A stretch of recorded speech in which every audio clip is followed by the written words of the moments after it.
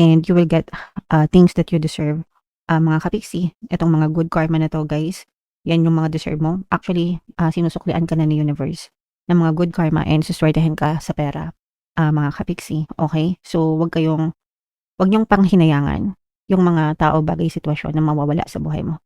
Kasi ang kapalit niyan, sobrang swerte, Capricorn. Okay? So, magbabago yung takbo ng swerte mo, especially pagdating sa kaperahan and even sa relationship with other people, guys. May mga toxic na mga tao, like mga kaibigan, kapitbahay.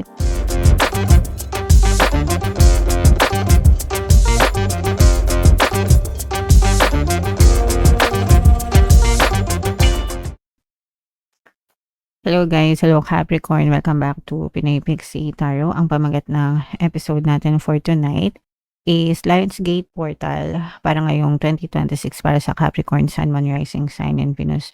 So in Lionsgate Portal, or Lionsgate, nangyayari siya every year. Ang start niya is from July 28 hanggang August 12, tapos ang peak niya is August 8, mga kapiksi. So that's when nagkakaroon ng alignment ang Earth and ang Orion's Belt, which is Sirius, and ang ating Sun in Leo, mga kapiksi. Okay? And kapag peak season yan, August 8 guys, yan yung peak, no? So yung energy niya super lakas, and you can use that to your advantage, especially when it comes to manifestation, guys. Okay? So, yeah. Start na tayo magbasa. Unahin natin tong deck na to. Tingnan natin yung mga angel messages para sa inyo. So, take back your power, mga kapiksi. You have to understand na ikaw ang may control sa buhay mo, mga kapiksi, no? Use your God-given power and intention to manifest blessings in your life. So, yung mga intentions nyo, especially ngayong Lionsgate, mga kapiksi, kailangan nakafocus kayo, yung attention nyo, yung energy nyo, i-focus nyo dun sa mga intentions nyo, guys, para mas lalo siyang mabilis mag-manifest ngayong season na to. Okay? So, ikaw yung may kakayahan na mag-manifest sa buhay mo. You can be, do, and have anything that you want in your physical reality because it's your reality, Capricorn. Okay? Another message, ayan no guys, talagang pinapaalalahanan kayo, remember who you are, take back your power, remember who you are. Guys, you are a powerful, loving, and creative child of God, no? You are loved, mga kapiksi. So again, no? Parang nire-remind ka ni universe ng powers mo, God-given powers that's within you, mga kapiksi, and you have to utilize that para mag-manifest mo or ma-manifest mo yung mga desires mo. So, focus your energy again sa mga intentions nyo, Capricorn. Alright? And spread your wings. Malayo pa yung pwede nyong marating sa buhay, guys. Do not hold back. Right now, the timing is perfect and you are ready to soar. So, yeah. Again, sabi ko nga kanina, guys, you can be, do, and have anything that you want in your physical reality. Basta ginusto nyo, mga kapiksi, huwag kayong magpatalo sa outside circumstances nyo. Just focus, guys, no? Yun lang yung kailangan nyo, mag-focus kayo dun sa mga desires nyo, mga kapiksi. Alright? Okay, so comment down below, Capricorn, if naka-resonate kayo dyan, guys. So, ito naman ay sa tingnan naman natin yung energy surrounding your love situation, kung ano lang yung maka-resonate sa inyo, guys. So, yung first message natin, ito seduction, guys.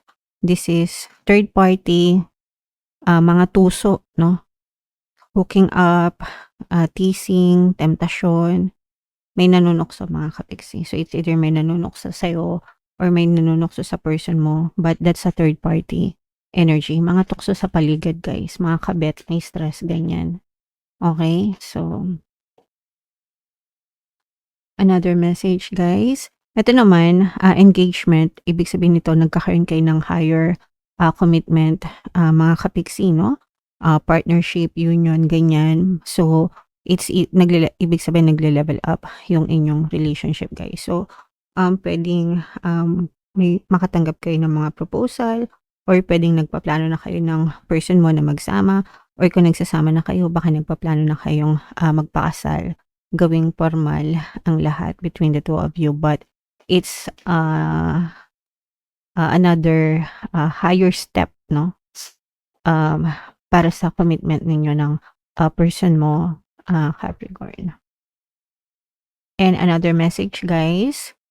Ito naman, makaka-resonate dito yung mga single, mga kapiksi. So, papanain kayo ni Cupido. Papanaan ni Cupido yung person para sa inyo.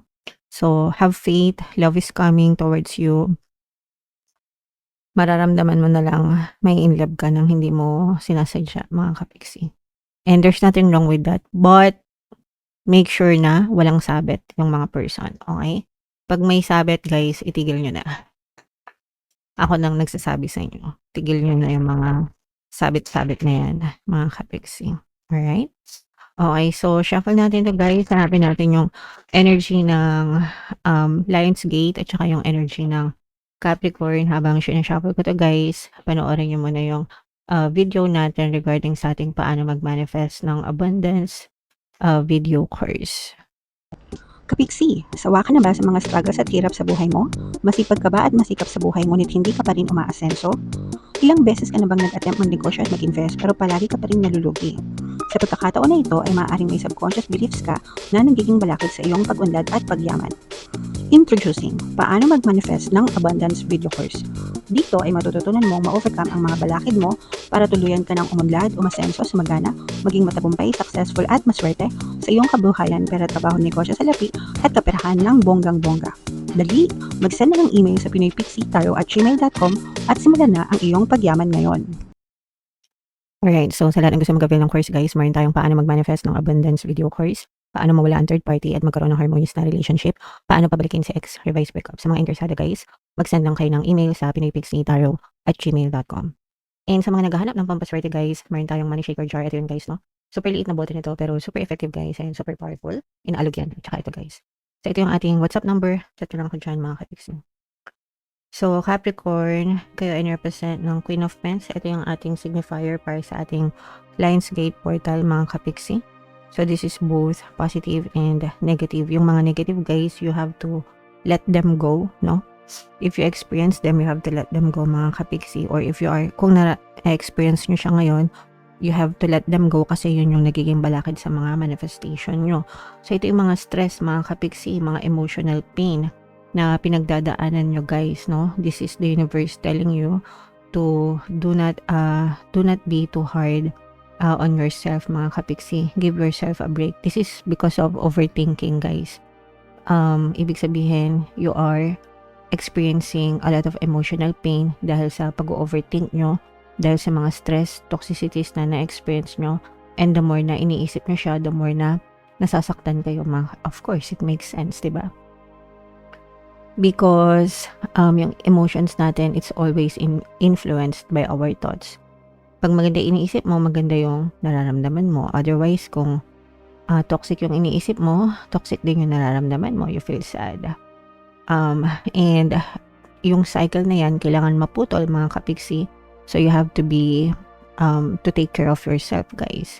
Ikaw lang yung makakapag-control ng isipan mo, no? Walang ibang makakapag-dikta sa'yo.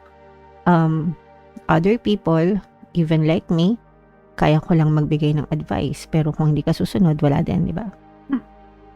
So, yeah, iwasan mag-overthink, i-divert nyo yung attention nyo sa ibang bagay. Magpaka-busy kayo, do things that you want to do, you love to do, para maging masaya ka, para mawala tong malesen. Hindi man siya mawala totally, agad-agad, at least malesen, mabawasan. Kasi the more na iniisip nyo siya, the more na nagiging dominant siya. So, kailangan nyo iwaglit sa isip nyo dahil yan yung mga nagiging balakid sa mga manifestation nyo, mga kapiksi. Okay?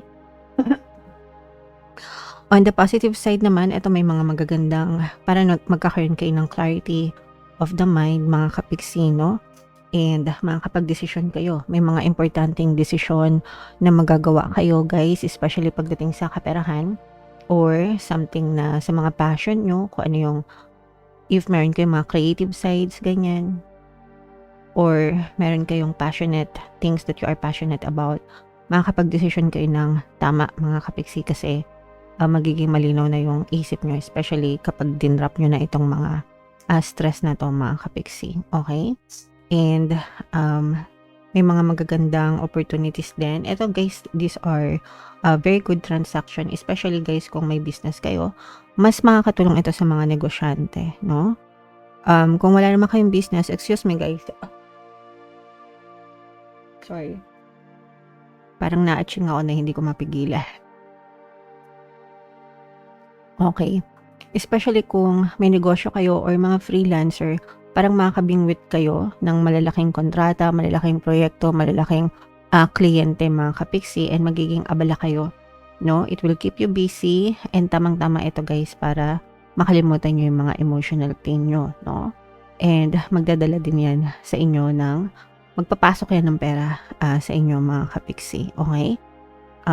And parang dadating kayo sa exhaustion part guys, mapapagod yung katawan lupa nyo at the same time yung isip nyo.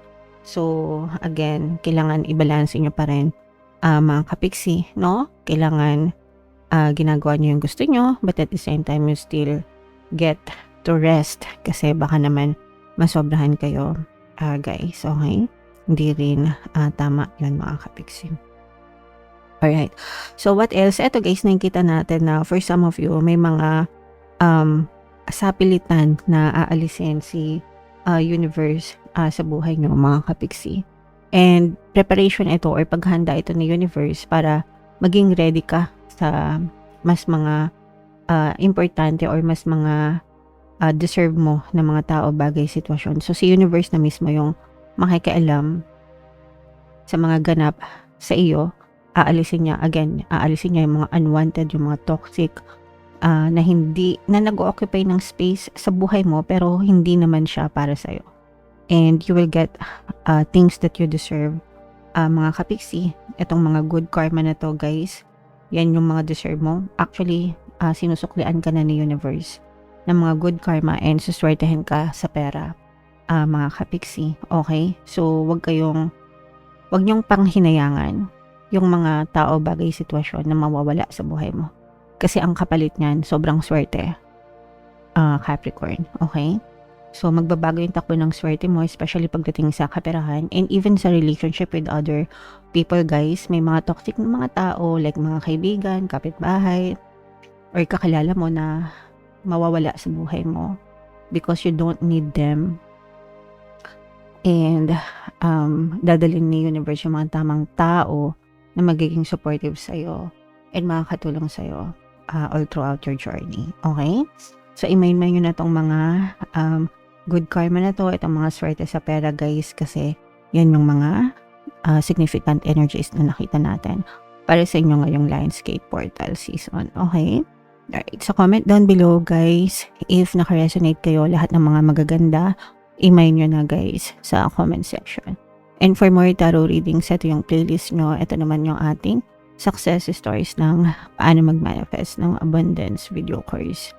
Panoorin nyo itong video natin guys about money shaker jars. Thank you for liking, sharing, and subscribing. See you next time guys. I love you all. Have a nice day. Bye-bye.